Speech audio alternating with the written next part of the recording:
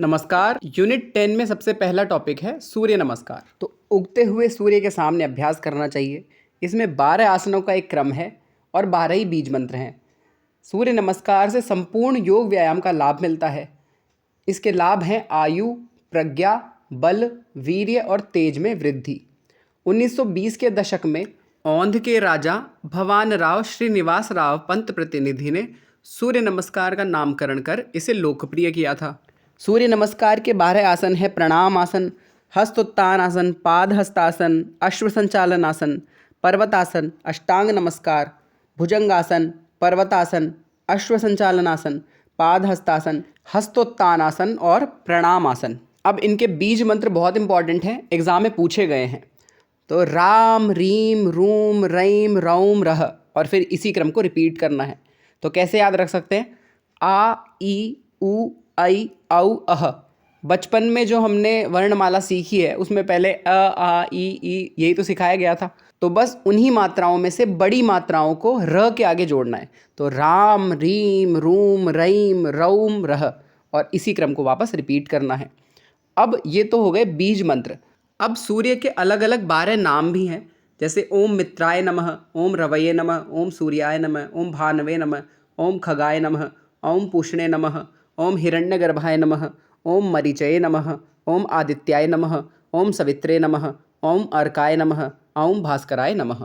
ये 12 नाम सीक्वेंस में याद होने चाहिए। तो इसको याद करने की ट्रिक क्या है? ऐसा समझो एक पार्टी चल रही है जहाँ पे बहुत सारे लोग आ गए पर 2-3 लोग अभी तक नहीं आए और उन सबका प्लान है कि आज तो दारू पी के भंडोएंगे। तो अब एक दोस्त दूसरे दोस्त से कहता है कि मित्र रवि, सूर्यभान खग से पूछो, हिम तो आदित्य और सावित्री ले आएंगे, अर्क भास्कर ले आएगा क्या? हिम का मतलब है आइस, क्योंकि बिना आइस के मज़ा नहीं आता ना।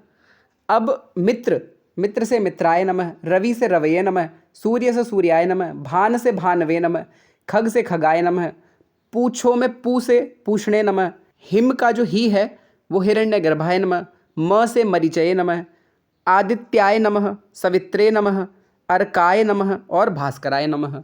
अब एक और इम्पॉर्टेंट टॉपिक जहाँ से एग्जाम में क्वेश्चन आए हुए हैं, आसन, प्राणायाम, मुद्रा और बंध जो बिहार स्कूल ऑफ योगा की बुक है उसमें से एक बार एक क्वेश्चन आया था कि सूर्य नमस्कार के किस आसन में किस चक्र पर ध्यान किया जाता है।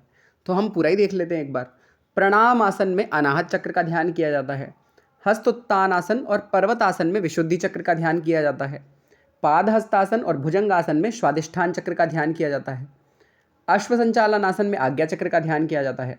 अष्टांग नमस्कार में मणिपुर चक्र का ध्यान किया जाता है। अब अष्टांग नमस्कार और भुजंगासन के अतिरिक्त अन्य सभी 5 आसनों की पुनरावृत्ति होती है। तो संख्या में तो आसन 12 हैं पर 5 आसन रिपीट होते हैं। तो 5 और 5 10 और 2 आसन रिपीट नहीं होते, अष्टांग नमस्कार और भुजंगासन। तो इस तरह से 12 हैं। एग्जाम में क्वेश्चन आ सकता है, सूर्य नमस्कार के अभ्यास क्रम में कितने आसनों की पुनरावृत्ति होती है? तो 5 आसनों की पुनरावृत्ति होती है। कितने आसनों की पुनरावृत्ति नहीं होती है?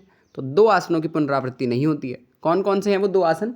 अष्टांग नमस्कार और भुजंगासन। अब अगर आप दिसंबर 2026 में नेट के लिए अपीयर होने का सोच रहे हो और समझ नहीं आ रहा कि शुरू कहाँ से करें, क्या स्ट्रैटेजी अपनाएं, या फिर आपने अब की बार पेपर दिया था पर आप कॉन्फिडेंट नहीं हो कि अब की बार सिलेक्शन हो जाएगा या नहीं, तो अभी से अपनी प्रिपरेशन स्टार्ट कर दो। और अगर आपको कम से कम समय में टू द पॉइंट पढ़ाई करके जेआरएफ क्रैक करना है तो ये हमारी टीम का फ़ोन नंबर है, इस पर आप कॉल करके एक स्ट्रैटेजी कॉल बुक कर सकते हो। और पेपर 2 योग के लिए हमारा फुल फ्लेजेड कोर्स भी अवेलेबल है, जिसका गूगल ड्राइव लिंक आपको मिलेगा, जिसमें audios, PDFs, images, comparative study notes, short tricks और लास्ट मोमेंट के लिए एक रिवीजन कैप्सूल मिलेगा, जिससे एग्जाम का जो प्रेशर है उसमें भी आप बहुत बेहतरीन प्रिपरेशन कर सकते हो और एक ही अटेम्प्ट में जेआरएफ क्वालिफाई कर सकते हो।